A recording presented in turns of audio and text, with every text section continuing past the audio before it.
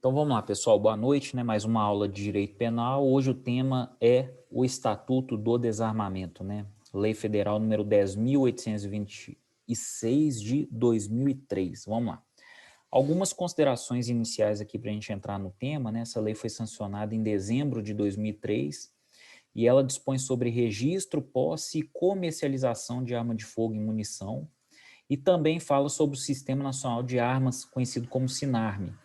Na aula de hoje, a gente vai ficar na parte criminal, tá? A gente não está preocupado aqui com a parte administrativa da lei. Então, o Sistema Nacional de Armas não é objeto do nosso estudo. A gente vai ficar na parte criminal aqui, tá? O bem jurídico tutelado pelo Estatuto do Desarmamento é a segurança ou incolumidade pública e paz social, tá? A ação penal para os crimes praticados, né, no Estatuto do Desarmamento, todos os crimes, né? Ação penal pública incondicionada, tá? Com relação à fiança e liberdade provisória, antes de entrar lá nos artigos 14 e 15, eu já quero deixar claro para vocês que o STF ele declarou a inconstitucionalidade dos parágrafos únicos, né, dos artigos 14 e 15 da lei, ok? Então, essas hipóteses de inafiançabilidade, elas não são consideradas existentes no nosso direito, porque esses artigos foram declarados inconstitucionais. E por quê? Porque a Constituição não informa essas hipóteses de inafiançabilidade. E o crime só é inafiançável quando a Constituição informa. Se ela não informa, não pode vir a lei ordinária falar de modo contrário, tá? Lembrando que com relação ao artigo 16, né, o crime do artigo 16 é inafiançável porque é um crime hediondo. E os crimes hediondos são inafiançáveis, porque a Constituição Federal falou isso, tá? Mas a gente vai ver com detalhes ainda, quando chegar lá. Essa lei ela entrou em vigor na data da publicação, não houve nenhuma vacatio legis, né? Então vamos lá. Algumas questões ainda importantes, né? Que a gente trata lá no artigo 35, eu vou fazer até a leitura do artigo. Ó. É proibida a comercialização de arma de fogo e munição em todo o território nacional, salvo para as entidades previstas no artigo 6º desta lei. E aí, se vocês forem fazer a leitura lá do artigo 6º, vocês vão ver que nós estamos falando de empresa de segurança privada, nós estamos falando aí de polícias, né? Os policiais podem comprar armas, forças armadas, uma série de situações excepcionais, tá?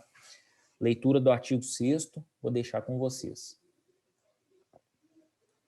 Este dispositivo, né, que proíbe a comercialização de armas, ele entrou em vigor apenas em outubro de 2005, de acordo com o parágrafo 1º do artigo 35, né, aquele famoso referendo popular, né? Não sei se vocês se lembram, eu me lembro ainda bastante, já até fazia direito na época, né? Se a população ia referendar ou não aquilo que o artigo 35 caput informa. Então estava naquela onda de discussão, né? A venda de arma é proibida ou é permitida no Brasil? O referendo ele deu o resultado de que é proibido. Então o artigo 35 do Estatuto do Desarmamento ele foi ratificado pela população que votou por meio de referendo. Então foi a população que colocou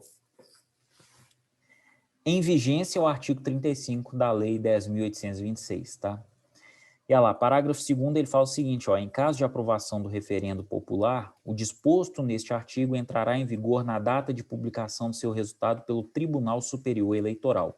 Então, assim que o Tribunal Superior Eleitoral divulgou o resultado, o artigo 35 entrou em vigor. E a gente sabe que até hoje a venda de arma é proibida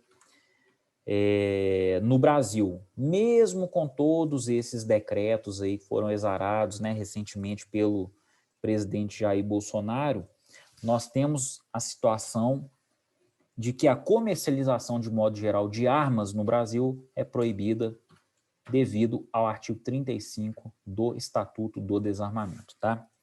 Artigo 32, gente, ó, artigo 32 com a redação atual aí, vermelho é a redação antiga, tá? preto é a redação atual. Os possuidores e proprietários de arma de fogo poderão entregá-la espontaneamente, mediante recibo e presumindo-se de boa-fé, serão indenizados na forma do regulamento, ficando extinta a punibilidade de eventual posse irregular da referida arma. Então, para aqueles proprietários de arma de fogo que não possuem o registro desta arma, né, ou seja, a posse é irregular, eles podem devolver de forma espontânea essa arma de fogo às autoridades policiais, né? E, inclusive, até a época determinada aí pelo artigo 32, havia até a recompensa, né, de R$ 100, salvo engano, R$ 100, em razão dessa devolução voluntária, tá? E a doutrina faz uma interpretação extensiva, né, não somente para a devolução de armas de fogo, mas também munições e acessórios, tá? Essa indenização aí, à época, 2008, 2009, era de um salário mínimo. Um salário mínimo, não, desculpa, gente, R$ 100, eu acabei de falar aqui, tá? Então, vamos lá, agora a gente vai ao que interessa mesmo, que é o estudo dos crimes, né? Posse irregular de arma de fogo de uso permitido. Vamos lá, pessoal, artigo 12 da Lei 10.826. Possuir ou manter sob sua guarda arma de fogo, acessório ou munição de uso permitido, em desacordo, né, com determinação legal ou regulamentar, no interior de sua residência ou dependência desta, ou ainda no seu local de trabalho, desde que seja o titular ou o responsável legal do estabelecimento ou empresa, tá? Pena, detenção de 1 a 3 anos e multa. Esse é o crime, pessoal, da posse irregular. Aqui a gente não está relacionando o porte, o sujeito ir com a arma, portando ela, né, na rua, né? A gente está falando do sujeito que mantém ela na residência ou então no local de trabalho. Se ele não tem o registro da arma de fogo, incorre no crime, tá? Pena, detenção de 1 a 3 anos e multa. O elemento subjetivo do tipo aí é o dolo. Por que dolo? Porque não admite esse crime, né, na modalidade culposa, por negligência, imprudência ou imperícia, tá? E é o dolo genérico. Por quê? Porque a conduta não possui um fim especial, não se exige uma finalidade especial. Portar arma de fogo de forma irregular com a finalidade disso ou com a finalidade daquilo, tá? Não é necessário esse dolo específico, o dolo é genérico. E a consumação ocorre quando, né? A gente tem que deixar claro que é um crime de mera conduta, um crime de perigo abstrato, né, que se consuma com a simples posse da arma de fogo irregular, aquela arma sem registro. E por ser crime permanente, a consumação se prolonga no decorrer do tempo. Então, a todo momento que o sujeito está guardando, né, está na posse dessa arma de fogo de forma irregular, essa conduta está se consumando ao longo do tempo, tá? Por isso, não tem como haver tentativa. Ou o crime existe e está consumado, ou esse crime simplesmente não existe. E lembrando, pessoal, se a arma de fogo for obsoleta e for feito aí um laudo pericial atestando que ela é obsoleta, tá? Obsoleta é que não serve mais, ultrapassada, né? Sem potencialidade lesiva, né? Nós estamos diante de um crime impossível, tá? Se a arma de fogo é obsoleta, não há crime, crime impossível, perfeito? E a arma desmuniciada? Aí é uma outra questão. O STF, ele entende que, por se tratar de crime de perigo abstrato, mesmo a arma estando circunstancialmente, né, desmuniciada, amanhã ela pode estar municiada, e aí será considerado crime. Então, andar com a arma de fogo, mesmo sem munição, pessoal, é crime, tá? É crime. Aliás, não é nem andar, né? A gente está falando aqui de manter ela na residência ou local de trabalho. A gente está no crime de posse irregular e não no crime de porte, tá? Lembrando que para o sujeito portar a arma de fogo no automóvel, ainda que ele possua registro dessa arma, ele precisa de uma guia de trânsito. Sem a guia de trânsito, ele incorre no crime de porte ilegal de arma de fogo. Mas ele tem a posse da arma, tá? Não importa. Se ele não tiver a guia de trânsito, ele incorre no crime de porte de arma de fogo, tá? Agora, para atiradores esportivos aí, de acordo com os novos decretos aí, se ele estivesse deslocando para o stand de tiro, por exemplo, ele pode ir sem a guia de trânsito, mas ele precisa provar que ele estava se dirigindo para o stand de tiro naquele momento, tá? Ele precisa provar, e o ônus da prova é do sujeito que é pego com essa arma de fogo, perfeito? Vamos lá. Outra coisa, gente, quero lembrar para vocês aqui que a gente está falando de armas de fogo, tá? Não inclui aqui o conceito de armas de pressão. Por exemplo, chumbinho, né? A arma de chumbinho é uma arma de pressão. Não é arma de fogo para efeitos legais, tá? Crime de omissão de cautela, que está lá no artigo 13, ó, deixar de observar as cautelas necessárias para impedir que menor de 18 anos ou pessoa portadora de deficiência mental se apodere de arma de fogo que esteja sob sua posse ou que seja de sua propriedade. Detenção de 1 a 2 anos e multa. Lembrando, tá? Aqui é um crime de menor potencial ofensivo, Lei 9.099 de 95, né? Lei dos Juizados Especiais Criminais, e o rito aqui é o sumaríssimo, perfeito?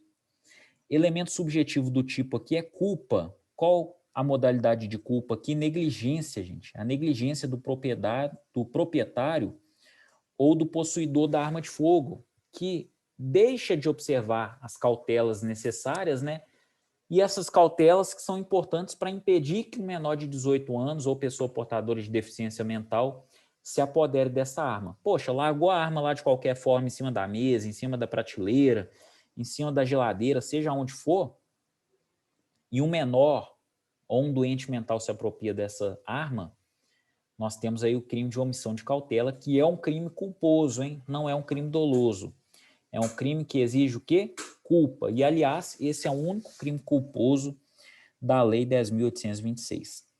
E é um crime omissivo próprio também, tá? Um crime omissivo próprio. Por que próprio? Porque ele só pode ser praticado pelo dono ou o possuidor da arma. Perfeito? Parágrafo único. Nas mesmas penas incorrem o proprietário ou diretor, não é isso? Está tampado aqui para mim, ou diretor responsável de empresa de segurança e transporte de valores que deixarem de registrar ocorrência policial e de comunicar à Polícia Federal perda, furto, roubo ou outras formas de extravio de arma de fogo, acessórios ou munição, que estejam sob sua guarda nas primeiras 24 horas depois de ocorrido o fato. Então, todas essas pessoas aí, elas têm, né, a obrigação de informar as autoridades públicas, né, essas situações em que haja perda, extravio ou até mesmo a subtração de uma arma de fogo nessas instituições aí, né, de segurança que utilizam essas armas de fogo, tá? O elemento subjetivo aqui do tipo neste crime é o dolo. Então, para o parágrafo único, o crime é doloso, tá? Lembrando, é um crime omissivo, né, gente? É um crime omissivo e é doloso, perfeito? Não é culposo. O sujeito ativo, né, é um crime próprio, tem que ser praticado pelo proprietário ou diretor responsável da empresa e também é um crime omissivo, tá joia? Porte ilegal de arma de fogo de uso permitido, é o famoso artigo 14. Olha a quantidade de verbo que tem esse artigo 14, né? Qualquer um deles aí dá ensejo à prática criminosa. Portar, deter, adquirir, fornecer, receber, ter em depósito, transportar, ceder, ainda que gratuitamente, emprestar, remeter, empregar, manter sob sua guarda ou ocultar arma de fogo, acessório ou munição de uso permitido, sem autorização e em desacordo com determinação legal ou regulamentar. Pessoal, são 13 verbos, tá?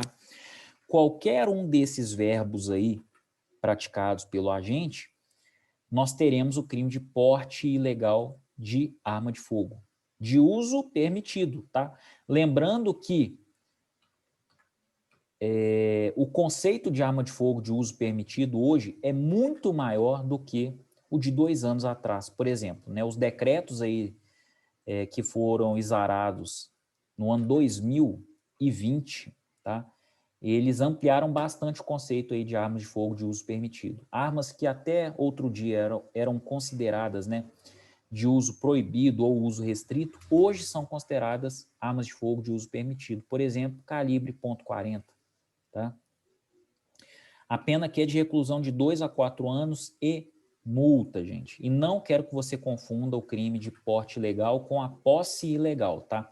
A posse é o sujeito que mantém uma arma de fogo, né, sem registro dentro de sua residência ou mesmo dentro do seu local de trabalho. O porte ilegal de arma de fogo é o sujeito que anda pelas ruas, né, portando uma arma de forma ilegal, uma arma sem registro, ou até mesmo quando ele tem um registro, mas, né, não tem o porte de arma. Então, nessas situações, a gente tem um crime de porte ilegal de arma de fogo, e não posse ilegal. E é um crime de Doutor, ação, pois não. e se eu for colecionador de armas? Se você for colecionador, você tem os registros de colecionador, você não vai estar Mesmo, praticando crime. mesmo que eu tenha uma arma nova? Se você tiver uma arma nova com o registro de colecionador, você está agindo de forma legal. Se não, você está agindo de forma ilegal. Ok. Tá? É um crime de ação múltipla, por quê? Porque são 13 verbos, né? Qualquer coisa. Portar, deter, adquirir, fornecer, todos esses verbos aí dão ensejo ao porte legal, tá? A arma desmuniciada, pessoal, a lógica é a mesma do crime de posse ilegal de arma de fogo desmuniciada, tá? É crime também. O laudo pericial, de acordo com o STF, é desnecessário, perfeito? Mas, se o laudo pericial ele aponta que a arma é ineficiente, que ela é obsoleta, aí também não tem crime. Então, é necessário o laudo? Não. Mas se ele for feito e aponta a ineficiência ou, né, que a arma é obsoleta, a conduta é atípica. Tá? O parágrafo único, conforme eu já informei, ele foi declarado inconstitucional pelo STF, tá? Porque ele fala que o crime previsto neste artigo é inafiançável, salvo quando a arma de fogo estiver registrada em nome do agente. E nós sabemos, né, quem determina as hipóteses de inafiançabilidade não é o legislador ordinário, é o poder constituinte, tá? Tem que estar expresso na Constituição.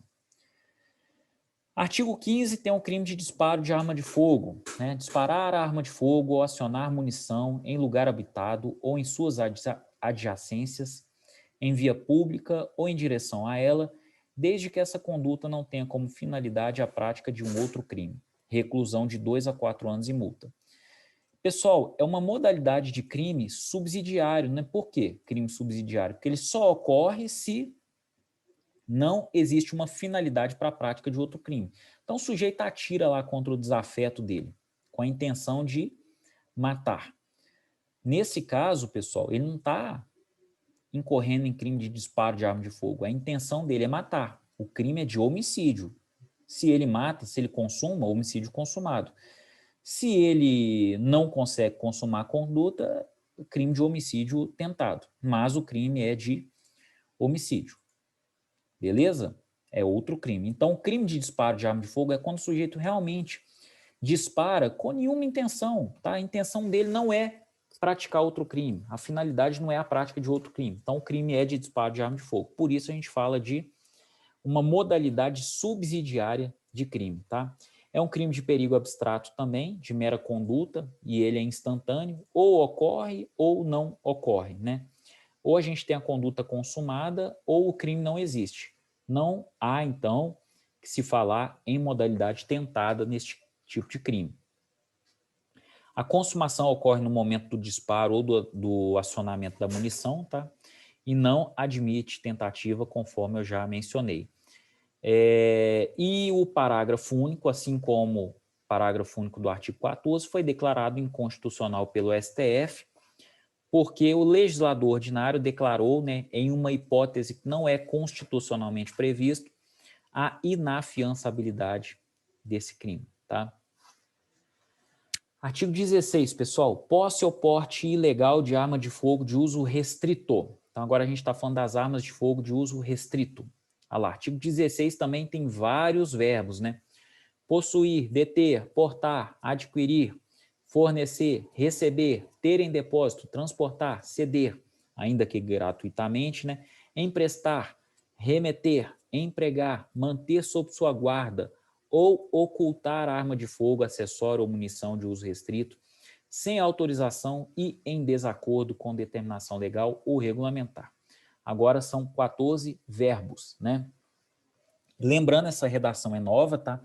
Ela foi dada pela Lei do Pacote Anticrime, é a Lei 13.964 de 2019, e a pena é de reclusão de 3 a 6 anos e multa. Então aqui, pessoal, nós estamos falando do crime de porte ilegal de arma de fogo, contudo, não com base em arma de fogo de uso permitido, mas arma de fogo de uso restrito, tá joia? E aqui vale para a conduta que seria considerada porte ilegal e também para a conduta considerada posse ilegal, tá? Tudo isso é posse ou porte ilegal de arma de fogo de uso restrito. Beleza, pessoal? Aqui uma classificaçãozinha para vocês entenderem genericamente o que é uma arma de fogo de uso permitido, né? É aquela arma passível de ser adquirida pelo cidadão que comprove a sua necessidade. Hoje um rol muito mais amplo do que era há pouco tempo atrás, né? E as armas de fogo de uso restrito? São armas de fogo de uso exclusivo das forças policiais e militares. Olha, essa aqui só está nas forças policiais e militares, não pode ser comprada pelo cidadão. E uso proibido são aquelas armas que não podem ser utilizadas de forma alguma, nem mesmo por agentes estatais, né? Por exemplo, armas químicas. Armas químicas são proibidas, né, no nosso ordenamento jurídico brasileiro. Então, são armas de uso proibido aqui no Brasil.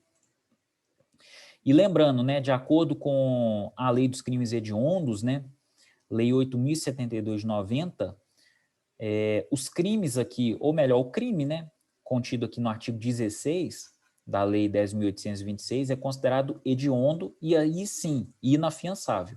E lembrando que essa inafiançabilidade não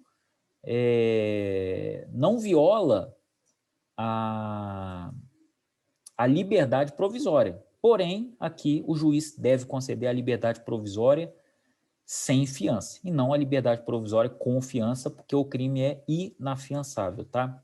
E também, pessoal, estamos diante de um crime de perigo abstrato. Figuras equiparadas ao caput, vamos lá, parágrafo 1º. Nas mesmas penas incorre quem suprimir ou alterar marca, numeração ou qualquer sinal de identificação de arma de fogo ou artefato, modificar as características de arma de fogo de forma a torná-la equivalente à arma de fogo de uso proibido ou restrito, ou para fins de dificultar ou de qualquer modo induzir a erro a autoridade policial, perito ou juiz. Possuir, detiver, fabricar ou empregar artefato explosivo ou incendiário sem autorização ou em desacordo com determinação legal ou regulamentar. Portar, possuir, adquirir, transportar ou fornecer arma de fogo com numeração, marca ou qualquer outro sinal de identificação raspado, suprimido ou adulterado. Então, a arma de fogo, pessoal, com sinal de identificação raspado, né, suprimido, é aqui, ó, parágrafo 1º, inciso 4º do artigo 16. Tá? Vender, entregar ou fornecer, ainda que gratuitamente, arma de fogo, acessório, munição ou explosivo a criança ou adolescente. E produzir, recarregar ou reciclar, sem autorização legal ou adulterar de qualquer forma, munição ou explosivo. Todas essas condutas são equiparadas, né, ao caput e, em razão disso, aí sofrem a mesma pena, tá? Parágrafo 2º. Se as condutas descritas no caput e no parágrafo 1º deste artigo envolverem arma de fogo de uso proibido, a pena é de reclusão de 4 a 12 anos. Então, se essas condutas todas aí, né, envolverem arma de fogo de uso proibido, tá? Que é pior ainda do que restrito, proibido nem forças armadas podem usar, né? A pena é de reclusão de 4 a 12 anos, né? Maior ainda. Comércio ilegal de arma de fogo, gente, artigo 17 do Estatuto. Ah lá, vários verbos também, ó, adquirir, alugar, receber, transportar, conduzir, ocultar, ter em depósito, desmontar, montar, remontar, adulterar, vender, expor à venda, ou de qualquer forma utilizar em proveito próprio ou alheio, no exercício de atividade comercial ou industrial, arma de fogo, acessório ou munição sem autorização ou em desacordo com determinação legal ou regulamentar. A pena é de reclusão de 6 a 12 anos e multa, pena que foi aumentada aí pela lei do pacote anticrime, tá?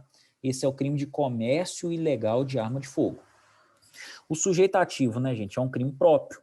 Só pode praticar essa conduta o agente que está no exercício da atividade comercial ou industrial. Atividade doméstica, não, tá? E pressupõe habitualidade, né? Caso contrário, as condutas são as dos artigos 14 e 16, e não as condutas aqui do artigo 17. E lembrando, pessoal, no que tange aí a habitualidade e a atividade ser considerada comercial ou industrial, a gente vai lá no parágrafo 1º, olha só.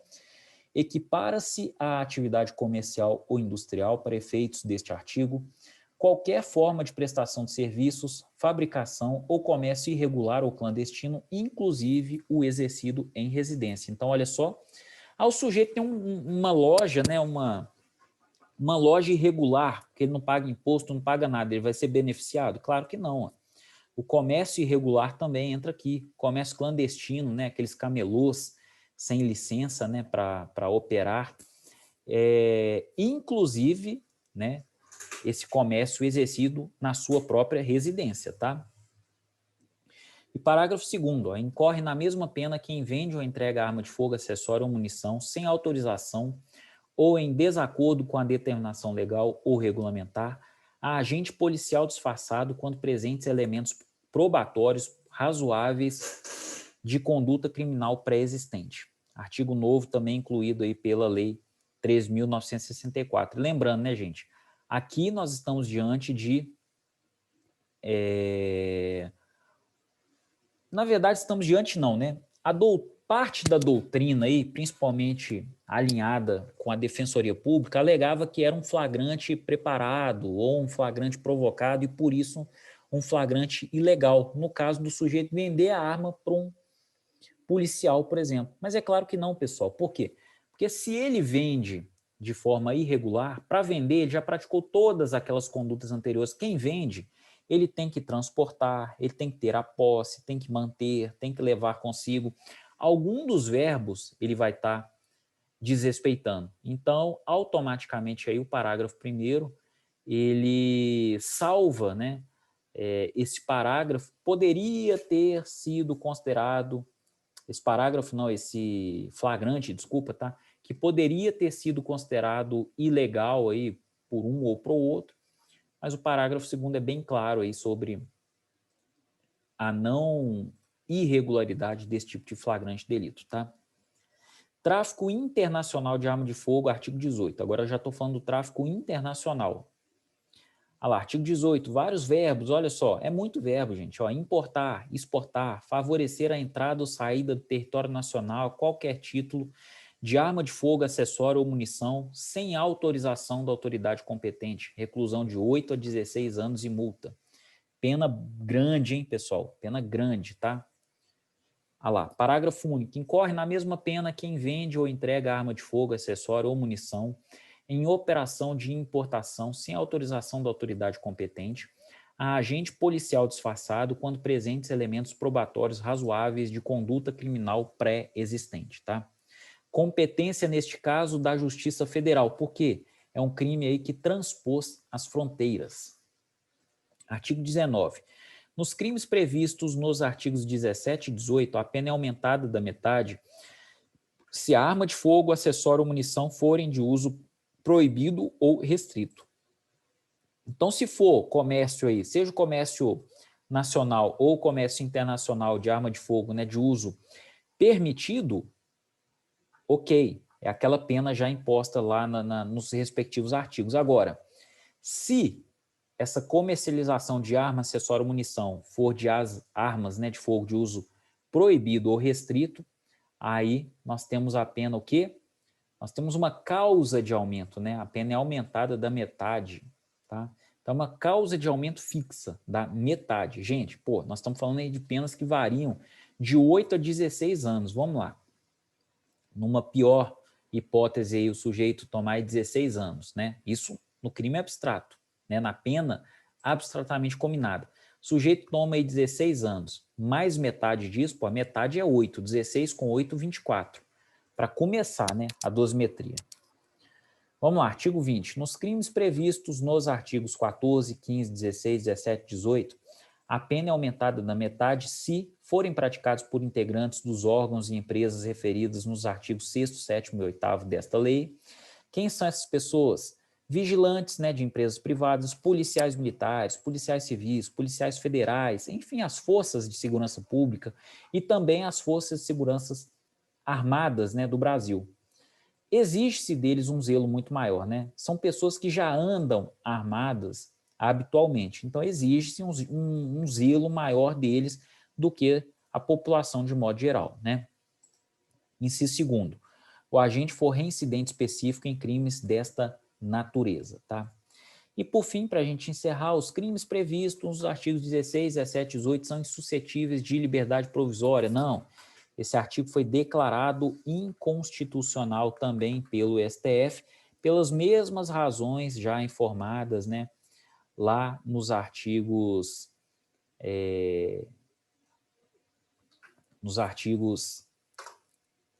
16, aliás, né, 14 e 15 da Lei 10.826. Tá joia, pessoal?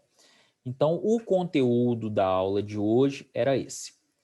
Para quem estiver assistindo no YouTube nesse momento e tiver alguma dúvida, é só postar a pergunta lá né, a sua pergunta, sua dúvida, que eu vou ter o maior prazer em responder. E para quem estiver aqui ao vivo na aula, eu vou abrir o espaço aqui para a gente tirar as nossas dúvidas, tá? Então, um grande abraço e muito obrigado pela atenção.